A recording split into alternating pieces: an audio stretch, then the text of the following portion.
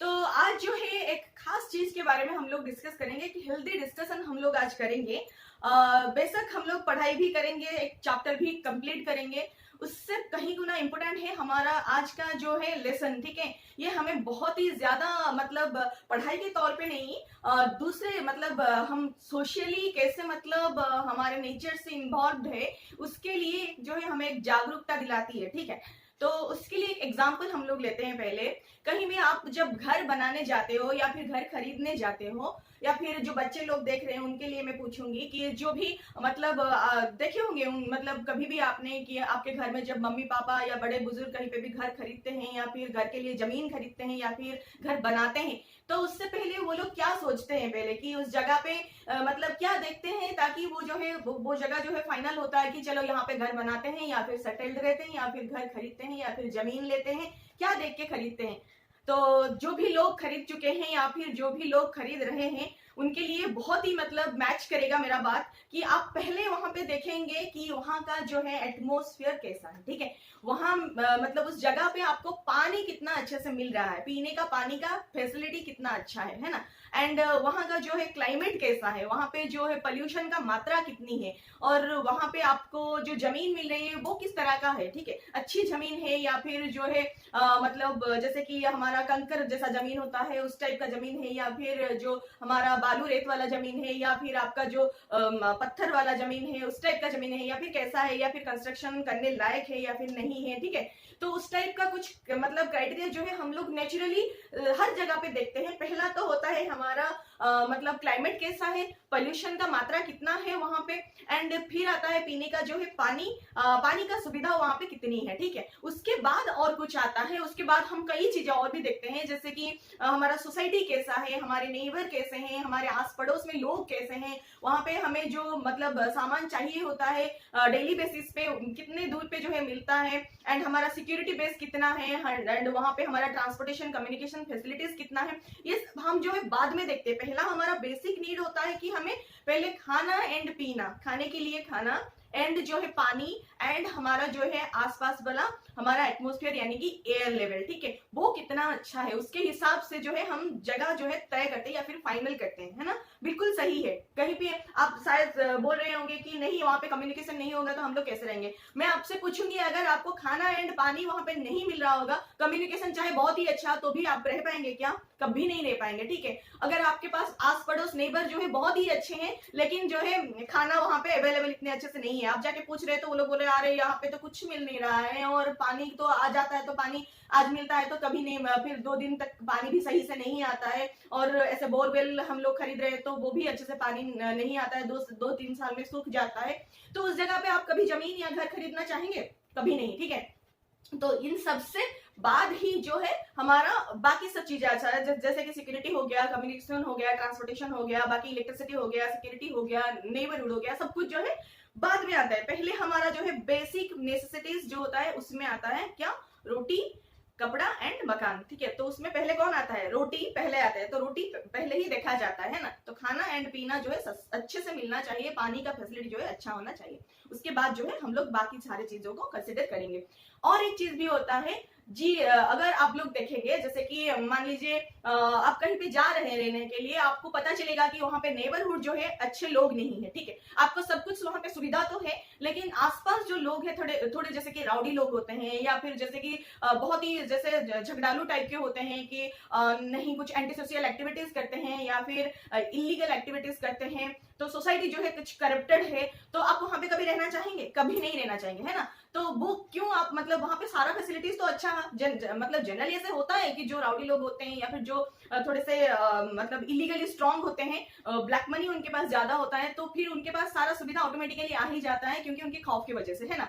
तो वहां पे ऑटोमेटिकली सब सुविधा मिल तो गया, फिर भी आप कभी उस जगह पे रहना चाहेंगे? क्यों नहीं रहना चाहेंगे? सब तो सुविधा था, फिर भी आप इसीलिए नहीं रहना चाहेंगे क्योंकि जो नेबरहुड है वो अच्छा नहीं है, वो कहीं ना कहीं जो है दूषित हो गया है, पल्यूटेड हो गया, करप्टेड है ना। तो उस हिसाब से हम जो है पल्यूटेड यानी कि सोशली करप्टेड, ठीक है, उसी को ही मैं पल्यूटेड बोल रही हूँ। तो ये जो चीजें हैं हमको मायने भी रखता है। तो उसके बाद क्या आता है? हमारा सिक्योरिटी आता है ना।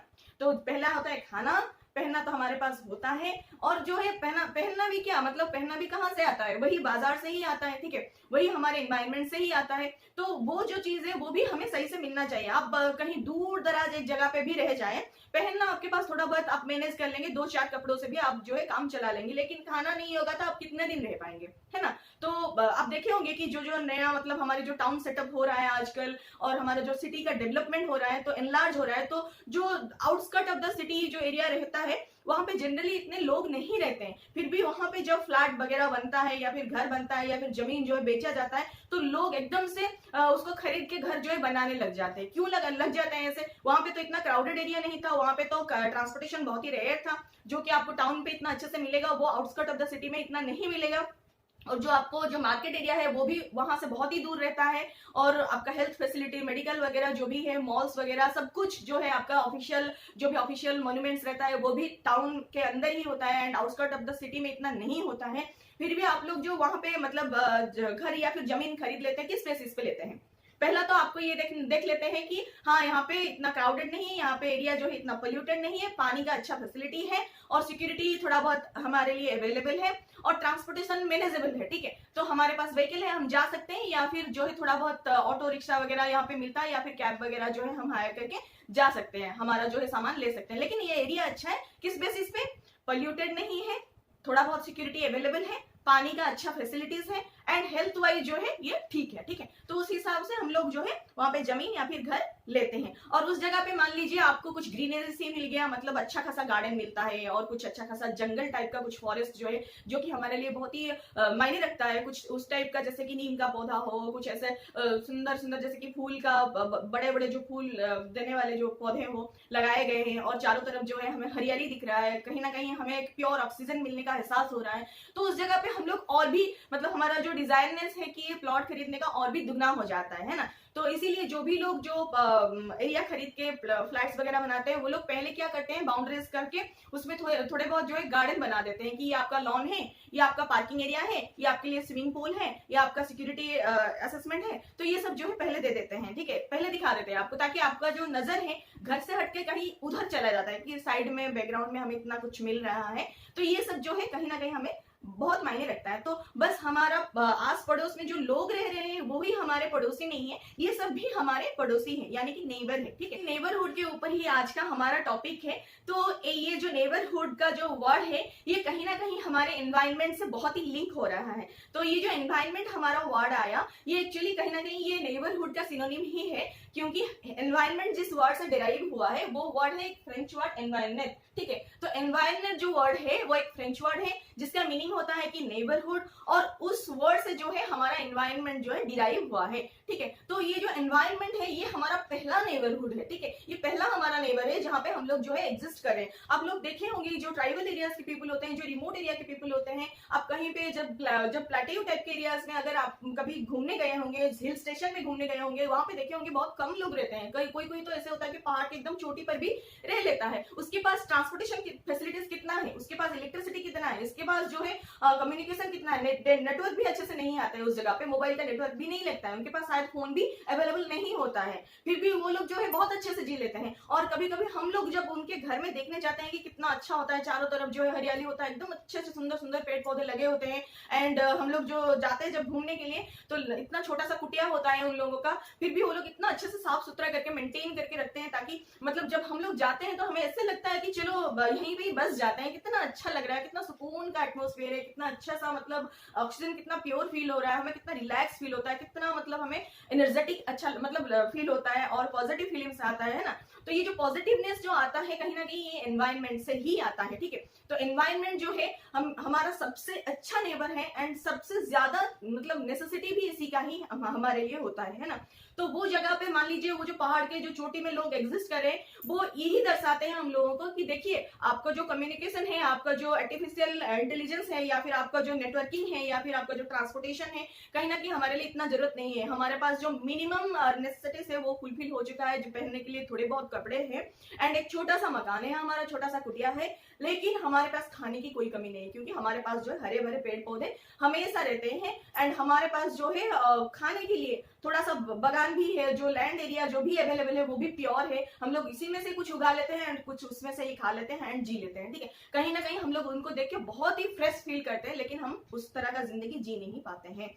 हमें फिर हम लोग बाद में जो है बायस हो जाते हैं, उसी शहर में आके फिर हम लोग जो है उसी एनवायरनमेंट के ऊपर जो है टॉर्चर स्टार्ट करते हैं, ठीक है। तो ये मैं नहीं बोल रही हूँ, आप ही के बुक में लिखा हुआ है, बच्चों की बुक में लिखा हुआ है। तो कैसे हम लोग एनवायरनमेंट को ध्वस्त करें या फिर पोल्यूटेड करें या फिर डिस्ट्रॉय करें, उसके बारे में थोड़ा बहुत जानेंगे। एनवायरनमेंट हमारे लिए कितना इंपॉर्टेंट है वो भी हम लोग जानेंगे, और एनवायरनमेंट का क्या क्या कंपोनेंट होता है, किस कंपोनेंट से हमें वो कैसे हेल्प करता है, उसको भी हम थोड़ा सा जानेंगे, ठीक है। तो पहले चलिए एनवायरनमेंट क्या है वो जान लेते हैं। तो एनवायरनमेंट ये होता है, थोड़ा सा बाय डेफिनेशन ले लेते हैं, बुक से ही उठाया गया है डेफिनेशन, थोड़ा सा बाय डेफिनेशन लेंगे क्योंकि बुक तो था, मतलब चैप्टर ये जो है ये हमारा क्लास 7th ज्योग्राफी का फर्स्ट चैप्टर था, और एनवायरनमेंट जो है बुक का नाम है, पहला चैप्टर का नाम है एनवायरनमेंट, ठीक है। तो उसका जो मतलब पहला लाइन है उसको थोड़ा सा हम लेंगे। चैप्टर तो 6-7 पेज का था, 7-8 पन्ने का था एक्सरसाइज को मिला के, तो एक ही पन्ने में कवर हो रहा है। थोड़ा सा हम जो भी इंपोर्टेंट मुझे लगा बाय डेफिनेशन जिसको उठाना चाहिए मैं वहां पे डाल दी हूँ। थोड़ा सा देखेंगे कि एनवायरनमेंट जो है ये हमारा बेसिक लाइफ सपोर्ट है। बेसिक लाइफ सपोर्ट मतलब आप क्या समझ रहे हैं? लाइफ यानी कि हम लोग अगर जिंदा है तो हम लाइफ बोल रहे हैं, अगर जिंदा नहीं है तो डेड है, ठीक है, वहां पे लाइफ नहीं आता है। तो हम अगर जिंदा है तो हमें जो बेसिक सपोर्ट चाहिए हमें वहां से ही मिलेगा। तो बेसिक सपोर्ट पाने के लिए हमें कहाँ पे डिपेंड होना पड़ रहा है? एनवायरनमेंट के ऊपर डिपेंड होना पड़ रहा है, ठीक है। तो ये हमारा बेसिक लाइफ सपोर्ट है। फिर क्या होता है, इससे हमें जो एयर मिलता है, हम लोग जो ब्रीथ करते हैं वो एयर हमें इसी से ही मिलता है, द एयर वी ब्रीथ, ठीक है। जो एयर हम ब्रीदिंग करने के लिए यूज करते हैं वो इसी से ही मिलता है। आप सोच सकते हैं कि कितना नेसेसरी है ऑक्सीजन हमारे लिए। फिर आता है द वाटर वी ड्रिंक, जो पानी हम पीते हैं इसी से ही हमें मिलता है। फिर द फूड वी ईट, जो हम खाना खाते हैं वो भी हमें इसी से ही मिलता है। फिर लैंड वी लीव, उसके बाद आता है लैंड वी लीव, ठीक है। जो जिस एरिया पे हम लोग रह रहे हैं वो जो लैंड सरफेस है ये भी कहीं ना कहीं हमारा एनवायरनमेंट का ही देन है ना। फिर आता है हम उसको कैसे मॉडिफाई कर रहे हैं, ठीक है। पहले तो देख लिए एयर, वाटर एंड फूड, फिर लैंड, ठीक है। इसको हम लोग कैसे डिस्ट्रॉय करें, कैसे मॉडिफाई करें, थोड़ा सा देखेंगे। Car fumes pollute the air, पहले आता है कार फ्यूम्स जो कि हमारा एयर को पल्यूट कर रहा है। आप बोलेंगे कि हमारे पास कार नहीं है तो क्या बाइक है? तो बाइक भी तो है ना, बाइक भी नहीं है, कुछ भी नहीं है, मान लीजिए आपके पास कुछ भी नहीं है, ठीक है। फिर भी जो है हम जो इंडस्ट्रीज लगाए हैं हमारे लिए, हमारा नेसेसिटीज पूरा करने के लिए जो इंडस्ट्रीज लगाए गए हैं, हम जो भी कपड़ा खरीद ले रहे हैं उसके लिए जो मिल्स लगाए गए हैं, या फिर हमारा खाना जो डिफरेंट डिफरेंट टाइप का खाना चिप्स वगैरह आता है उनके लिए भी बड़े बड़े मिल्स लगाए गए हैं। तो ये सब जो मिल्स जो लगाए गए हैं कहीं ना कहीं बहुत बड़े बड़े मैन्युफैक्चरिंग इंडस्ट्रीज जो होते हैं उनसे जो फ्यूम्स निकलता है, उनसे जो धुआं निकलता है वो क्या करता है, वो जाके एयर को ही पल्यूट करता है, ठीक है। तो पल्यूट द एयर। फिर हम लोग जो डिओड्रेंट आजकल यूज करते हैं, परफ्यूम्स यूज करते हैं, या फिर हम लोग जो एयर कंडीशनर घर पे यूज करते हैं, हम लोग जो रेफ्रिजरेटर यूज करते हैं, तो ये सब जो है क्या है, ये सब एयर को ही पल्यूट कर रहे हैं, क्योंकि इनको जो है ओजन चाहिए घर को ठंडा रखने के लिए, या फिर आपके सब्जी को ठंडा रखने के लिए ओजन चाहिए, ठीक है। तो ओजन गैस कंज्यूम करके ये लोग जो है ग्रीन हाउस क्रिएट करने वाले गैसेस को जो है एटमोस्फेयर में छोड़ रहे हैं। वो मतलब ऐसे मतलब फ्यूम से भी ये जो काला धुआं आप लोग देख रहे हैं उससे भी कहीं गुना ये हार्मफुल होता है, ठीक है। क्योंकि ये जो हमारा ओजन लेयर होता है, जो ओजन लेयर की हमारे एटमोस्फेयर में होता है, जो कि हमें सन रेज से प्रोटेक्ट करता है, हार्मफुल सन रेज जो आते हैं, स्कॉचिंग हीट जो आते हैं, उससे जो है हमें ये प्रोटेक्ट करता है। उसमें जाके ये लोग ये जो गैसेस जो है जाके छेद बना देते हैं, ठीक है, जिसके वजह से कि हमारा जो है हीट रेज जो आ रहा है डायरेक्टली हमारे मतलब बॉडी पे आके गिरता है, एंड हमें जो है स्किन का बहुत सारा डिजीज होता है, बाद में वो जो है स्किन कैंसर भी क्रिएट करने लगता है, ठीक है। तो इस हिसाब से ये भी चीजें जो है हम लोग डेली लाइफ पे यूज कर रहे हैं, ये भी कहीं ना कहीं हमारे एटमोस्फेयर को जो है खराब करे, एयर को जो है खराब करे, ठीक है। फिर आता है और किस तरह से जो वाटर डिस्चार्जेस हो रहा है। तो वाटर डिस्चार्जेस मतलब आप कहीं भी देख सकते हैं, ये कहीं भी आपको दिखने को मिल जाएगा। आप घर से बाहर निकलेंगे आपको ड्रेन दिख रहा है, ये भी एक गंदा वाटर डिस्चार्ज ही है। ये जाके एक बड़े ड्रेन में मिलता है, फिर बड़ा ड्रेन जाके कहीं ना कहीं एक वाटर सोर्स में ही मिलाया जाता है, ठीक है। डिस्पोज कहाँ पे होता है? एक वाटर सोर्स पे ही डिस्पोज हो जाता है। आप वाटर सोर्स को कहीं पे डिस्पोज नहीं भी करेंगे, ऐसे खुला भी छोड़ देंगे तो वाटर का क्या मतलब लक्षण क्या होता है कि वो मतलब फैलते हुए वहां तक जाएगा जहां पे डाउन होता है, डाउन सरफेस जहां पे उसको मिलेगा वहां वहां पे जो है वो बहता हुआ जाएगा। एंड बहते बहते कहां पे जाएगा, जो सबसे डाउन एरिया है हमारा समंदर यानी कि सी सरफेस सबसे डाउन होता है तो वहां पे जाके मिल जाएगा। अगर सी सरफेस पे मिल रहा है तो क्या होता है, वो भी हमारे लिए मायने रखता है, बहुत मायने रखता है। उसमें जो हमारे दूसरे टाइप के एनिमल होते हैं, प्लैंक्टन्स होते हैं, दूसरे टाइप के पेड़ पौधे जो समंदर के अंदर होते हैं, उनको जो है ये हार्म करता है, कहीं ना कहीं डिस्ट्रॉय करता है, ये जो वाटर डिस्चार्जेस होते हैं। एंड अगर ये कहीं नदी में मिल जाता है तो नदी का जो पानी है वो और मतलब यूज करने लायक ही नहीं रहता। आप पीने का छोड़ दीजिए, वो कुछ भी यूज करने लायक ही नहीं रहता है, ठीक है। तो इस तरह से जो है ये पानी को एकदम से दूषित कर लेता है, पल्यूट कर लेता है। तो वेस्ट डिस्चार्जेस जो होता है वो हमारा पानी का मतलब पानी का क्वालिटी जो है उसको खराब करता है, पल्यूट करता है हमारे वाटर को।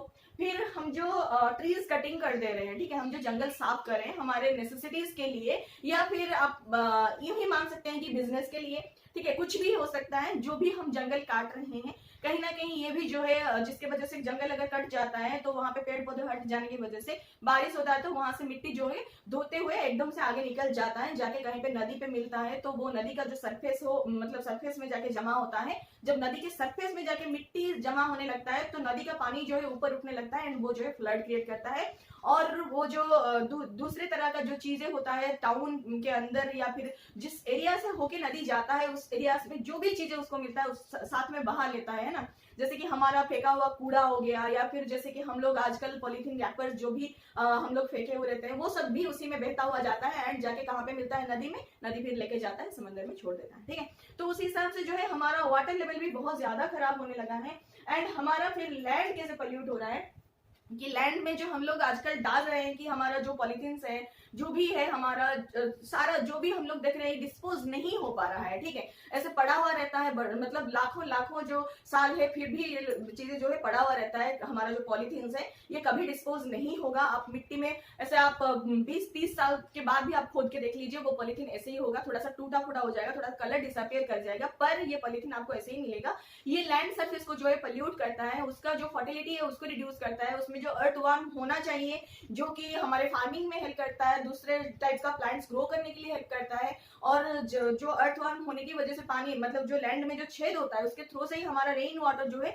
उसमें जो है एब्जॉर्ब होकर नीचे जाते हैं तो हमारा ग्राउंड वाटर का सरफेस जो है ऊपर आता है, तभी हमें जो है पानी बहुत नजदीक मिल पाता है। वो भी नहीं हो पाता है। हमारा जो कूड़ा फेंकने का आदत है, जो हम लोग प्लास्टिक का जो भी use and throw materials use कर रहे हैं, या फिर हमारा प्लास्टिक का या फिर कैरी बैग्स हो गया, कुछ पॉलीथीन्स हो गया, कुछ मतलब हमारा आजकल जो जितना कंस्ट्रक्शन हो रहा है उसमें जितना हमारा सीमेंट यूज हो रहा है उसका जो मतलब बैग्स आ रहा है वो सब भी जो है जाके हमारे लैंड सरफेस को ही पल्यूट कर रहे हैं, ठीक है। हम लोग हमारा घर जो है साफ कर देते हैं, साफ करके लेके बाहर फेंक देते हैं, या फिर कहीं डस्टबिन में आप ही फेंकते हो, फिर भी वो जो डस्टबिन में जो जाता है कूड़ा आप देखिए वो कहाँ पे जाता है, वो जाके लैंडफिल होता है। ये चैप्टर था हमारा गार्बेज इन गार्बेज आउट वाला चैप्टर था, साइंस का लास्ट चैप्टर था, उसमें आप देखेंगे तो आपको मिल जाएगा बहुत अच्छे से, उसमें जो एक्सप्लेन किया गया है ये हमारा जो गार्बेज होता है कहाँ पे जाता है, किस तरह से यूज होता है ना।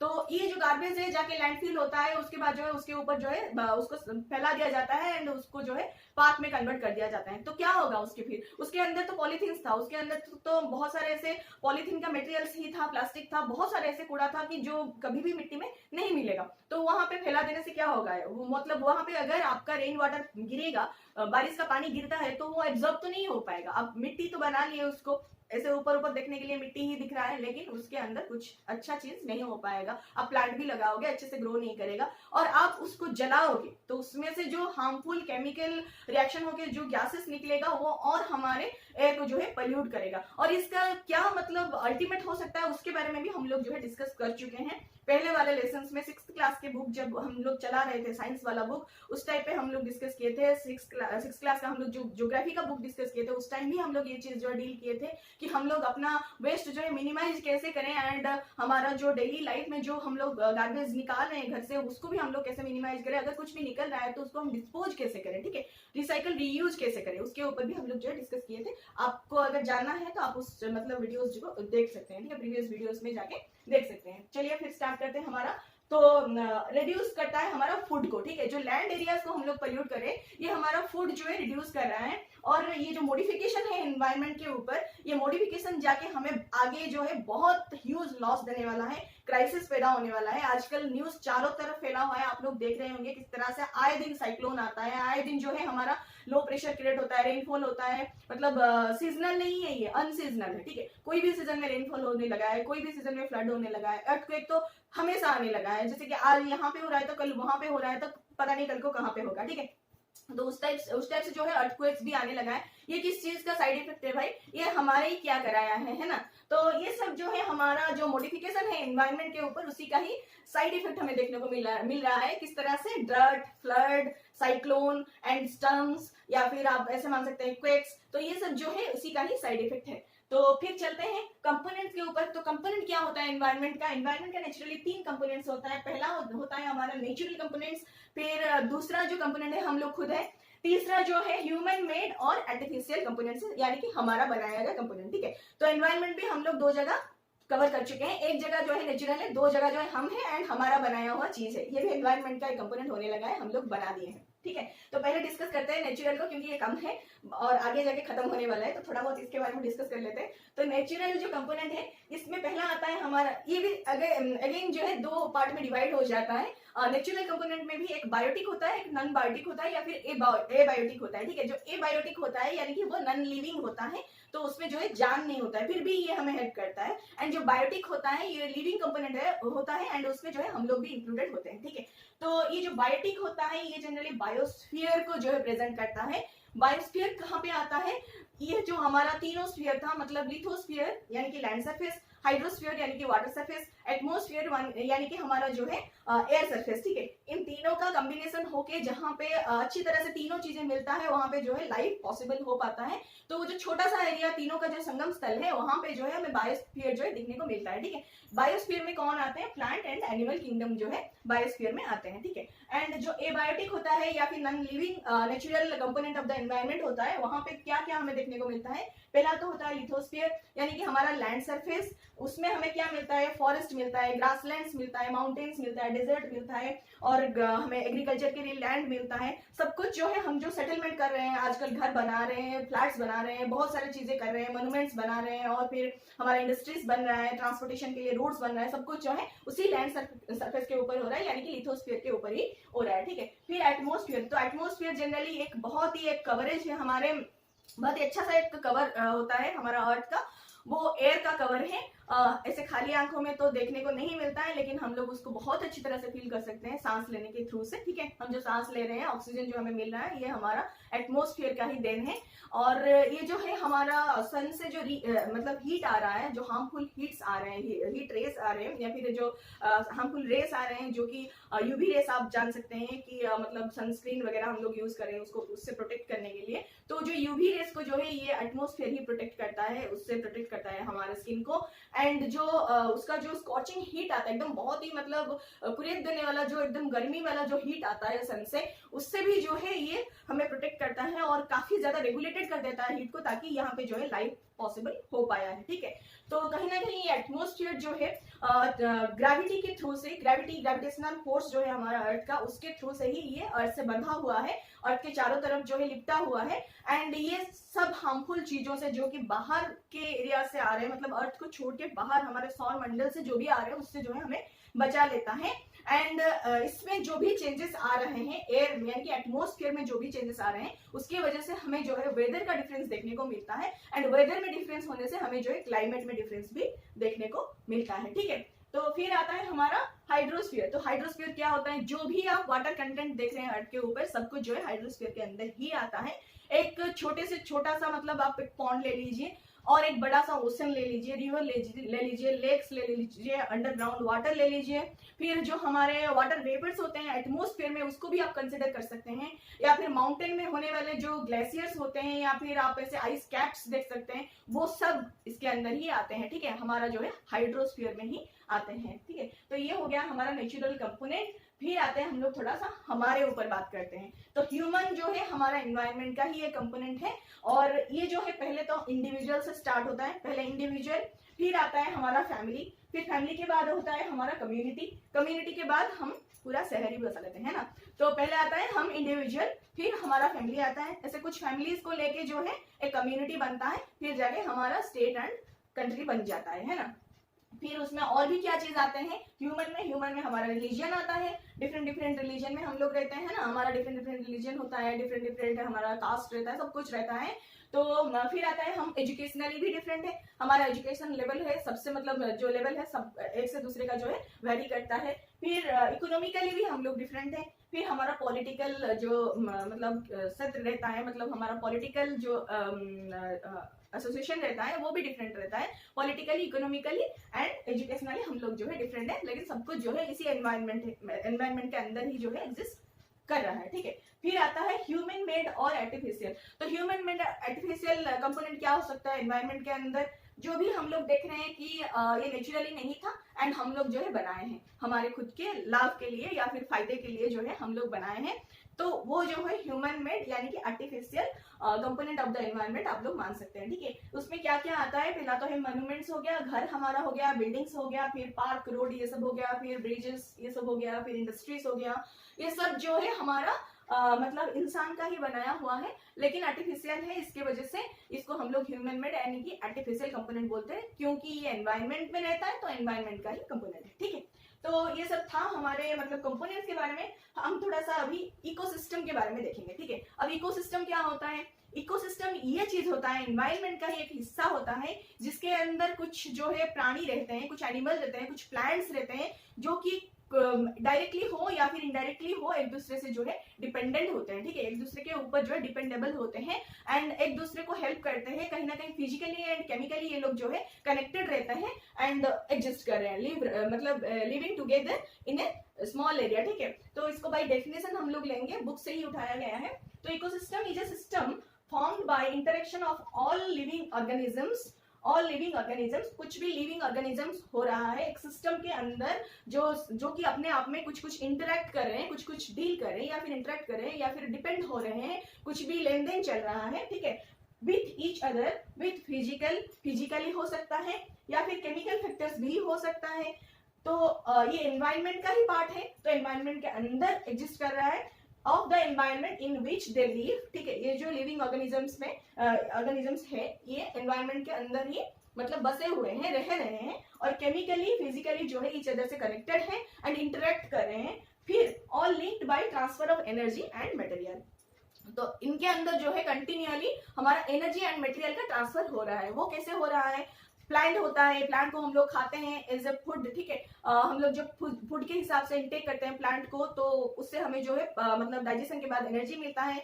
फिर हम लोग जो है मतलब एक्सक्रीट करते हैं तो वो जाके लैंड में फिर मिल जाता है या फिर डिस्पोज होता है, या फिर जो भी आप मतलब प्राणी भी देख रहे हैं, दूसरे तरह का एनिमल्स भी होते हैं, जैसे मान लीजिए काव हो गया, वो भी ग्रासलैंड में ग्रेज कर रहा है, फिर उसके बाद जाके वो भी मतलब काउडंग प्रोड्यूस हो रहा है, वो जाके खेत में फिर यूज होता है। खेत में यूज होने से हमारा जो है ऑर्गेनिक मैन्योर मतलब प्रिपेयर होता है, प्रिपेयर होकर जो खेत में प्रोड्यूस करते हैं तो हम लोग दे देते हैं, तो फिर वहां पे जो है अर्थवर्म पैदा होता है, ये जाके लैंड में फिर हमें दूसरे तरह का प्लांट उगाने में मदद करते हैं, या फिर हमारा जो है क्रॉप्स ग्रेन मतलब कल्टीवेट करने में मदद करता है। तो ये सब जो है एक दूसरे से लिंक्ड है। ठीक है, तो काव जो ग्रास लिया उससे जो है एनर्जी उसको मिला और उसका जो काउडंग निकला, वो जो काउडंग फिर जाके खेत में यूज हो रहा है, तो प्लांट को जो है वो फूड के हिसाब से मिल रहा है। ठीक है, तो इस हिसाब से हम लोग जो है एनर्जी ट्रांसफर करें, मटेरियल भी ट्रांसफर करें, मटेरियल ट्रांसफर करें, उससे जो है हमारा एनर्जी क्रिएट हो रहा है, वो फिर बाद में फिर से मटेरियल ट्रांसफर कर रहा है, फिर मटेरियल जाके दूसरे को एनर्जी दे रहा है। ठीक है, तो उस हिसाब से जो है हम लोग आपस में कनेक्टेड है। ठीक है, उस हिसाब से हम लोग कुछ एग्जाम्पल लेंगे कि मतलब इकोसिस्टम में कैसा कैसा हमारा छोटा बड़ा कैसा इकोसिस्टम होता है। एक होता है पॉन्ड का इकोसिस्टम, आप एग्जांपल ले सकते हैं, बहुत सारे ऐसे एग्जांपल्स हैं, सारे हम लोग डिस्कस नहीं करेंगे, एक ही मतलब मैं समझा दूंगी, बाकी आप उसी तरह से कनेक्ट करना, थोड़ा सा दिमाग लगना, थोड़ा सा सोचना कि कैसे यहाँ पे जो इकोसिस्टम लाई करता है। ठीक है, तो पॉन्ड जो है एक छोटा सा इकोसिस्टम आप मान सकते हैं। पॉन्ड के अंदर बहुत सारे छोटे छोटे प्लांट्स भी होते हैं, बहुत सारे छोटे मतलब छोटे एकदम बहुत छोटे प्लांट्स होते हैं, उसको हम लोग फाइटोप्लैंक्टन्स बोलते हैं। उसको जो है छोटे छोटे एनिमल्स जो है खाते हैं, उसको हम लोग जू प्लैंक्टन्स बोलते हैं। तो वो जो जू प्लैंक्टन्स होते हैं उसको जो है थोड़ी बड़ी मछलियां खाती हैं, या फिर कुछ भी पानी के अंदर रहने वाले जो भी हमारे मरीन एनिमल्स होते हैं, या फिर हमारे जो पानी के अंदर रहने वाले छोटे छोटे कीड़े होते हैं, उनको जो है बड़ी मछलियां खाती हैं, थोड़ी सी बड़ी जो मछलियां खाती हैं, और उनको जो है फिर बाद में बड़ी मछलियां खाता है। और तो बड़ी मछलियों को फिर क्या क्या होता है ना, हम लोग भी कंज्यूम कर लेते हैं, या फिर बड़े बड़े स्नेक्स होते हैं वो लोग भी कंज्यूम करते हैं। तो उस हिसाब से जो है ये साइकिल चला, और स्नेक्स फिर जो मर जाते हैं तो उसको जाके फिर वो डिस्पोज होता है कहीं ना कहीं, वो जाके फिर लैंड में मिल जाता है, या फिर उसको फिर दूसरे मतलब वल्चर वगैरह खा लेते हैं। तो उस हिसाब से जो है साइकिल जो है चला हुआ रहता है। फिर हम डिस्पोज होता है, या फिर पॉन्ड में कुछ भी ऐसे मिलता है, जो फिर पॉन्ड में जो भी हमारा मिट्टी जाके गिरता है, या फिर कुछ भी ऐसे डेड एनिमल्स होते हैं वो फिर बाद में मतलब ऐसे फर्टिलाइजर के तौर पे अंदर ही काम कर रहे हैं, एंड उससे जो है फिर से प्लैंक्टन्स बन रहे हैं। ठीक है, प्लैंक्टन्स बन रहे हैं यानी कि फाइटोप्लैंक्टन्स बन रहे हैं, उससे फिर जू प्लैंक्टन्स बन रहे हैं। तो इस हिसाब से जो है साइकिल चला हुआ रहता है। बहुत सारे उसके अंदर जो है प्राणी होते हैं, जनरली वाटर के अंदर रहते हैं, तो वो लोग भी अपने ऊपर जो एक दूसरे के ऊपर जो है डिपेंडेंट रहते हैं। कोई किसी को जो है खाने के तौर पे ले रहा है, कोई किसी से जो है मटेरियल गेन कर रहा है एंड एनर्जी उससे गेन कर रहा है। उसका एक्सक्रीट्स जो होता है कोई दूसरा जो है मतलब फूड के तौर पे ले रहा है, या फिर वो अगर नीचे गिर रहा है तो वो फाइटोप्लैंक्टन ही उसको जो है उसके मेन्योर को मतलब उसका एक्सक्रीट्स जो होते हैं उसको मेन्योर के तौर पे लेता है, एंड उससे जो है प्लांट्स फिर ग्रो करते हैं। तो उस हिसाब से जो है चलता रहता है ना। तो वो जो चीजें होता है वो एक इकोसिस्टम है। ठीक है, उस हिसाब से लेक में भी हो सकता है, रिवर में भी होता है। तो जहां भी आप देखेंगे, ग्रासलैंड हो गया, ग्रासलैंड में कैसे होता है, ग्रासलैंड में गाय जो है ग्रास खाने जाता है, ग्रास ले लेता है, फिर वहां पे जो है वो एक्सक्रीटरी मटेरियल्स छोड़ देता है, जैसे कि काउडंग हो गया, कुछ भी यूरिन छोड़ता है, या फिर जो भी है वो फिर जाके मिट्टी में मिलता है, वो जाके वहां पे ही ग्रास को ही मैन्योर के तौर पर प्रोवाइड करता है, और वो जो है फिर बाद में ग्रास को ग्रो करने में हेल्प करता है। तो इस हिसाब से जो है साइकिल चलता हुआ रहता है। ठीक है, तो फिर आता है large rain forest. Large rain forest में तो बहुत सारे एनिमल्स होते हैं, और छोटे एनिमल्स भी होते हैं, हिरन भी होता है, गोट भी होते हैं, जो कि रेन फॉरेस्ट के ऊपर ही डिपेंडेंट है। डायरेक्टली वो लोग जो है पत्ते ही लेते हैं खाने में, फिर उसको जो है बाघ मतलब खा लेता है, या फिर शेर जो है खा लेता है। खाने के बाद फिर उसको जो है वो मर जाता है कुछ दिन के बाद, तो वो ऐसे ही डिकम्पोज होता है, या फिर डिस्ट्रॉय होता है बैक्टीरियल डिकम्पोजिशन के द्वारा, या फिर मान लीजिए उसको कुछ फॉक्स वगैरह आके खा लिए, तो फिर उसके बाद थोड़ा थोड़ा करके डिकम्पोज हो रहा है, मिट्टी में मिल रहा है, फिर जाके वो पेड़ पौधों में ऐसे ही मतलब मैन्योर बन जाने के बाद पेड़ पौधों में लग जाता है, फिर पेड़ पौधे को जो है हिरन खाते हैं। तो उस हिसाब से जो है साइकिल जो है हमेशा चलता रहता है ना। तो उस हिसाब से हमारा और भी कुछ इकोसिस्टम है, जैसे कि डेजर्ट एरियाज हो गया, माउंटेन हो गया, प्लेन एरिया हो गया, ये सब जो है डिफरेंट डिफरेंट इकोसिस्टम होते हैं। ठीक है, तो फिर आता है हमारा ह्यूमन एनवायरनमेंट। तो ह्यूमन एनवायरनमेंट में ऐसे बहुत कुछ पहले चल रहा था जिसमें कि एनवायरनमेंट के साथ जो है लोग एडजस्ट करते थे। ठीक है, लेकिन अभी क्या हो रहा है, हम एनवायरनमेंट को एडजस्ट करा रहे हैं हमारे हिसाब से, है ना। पहले जो लोग होते हैं एनवायरनमेंट में जितना कुछ कम भी मिल रहा होता था उससे जो है एडजस्ट कर लेते थे, और एनवायरनमेंट जो है हमारा बहुत अच्छा था। बहुत सारे डाइवर्सिफाइड एनिमल्स हमें देखने को मिलते हैं, डाइवर्सिफाइड प्लांट्स हमें देखने को मिलते थे।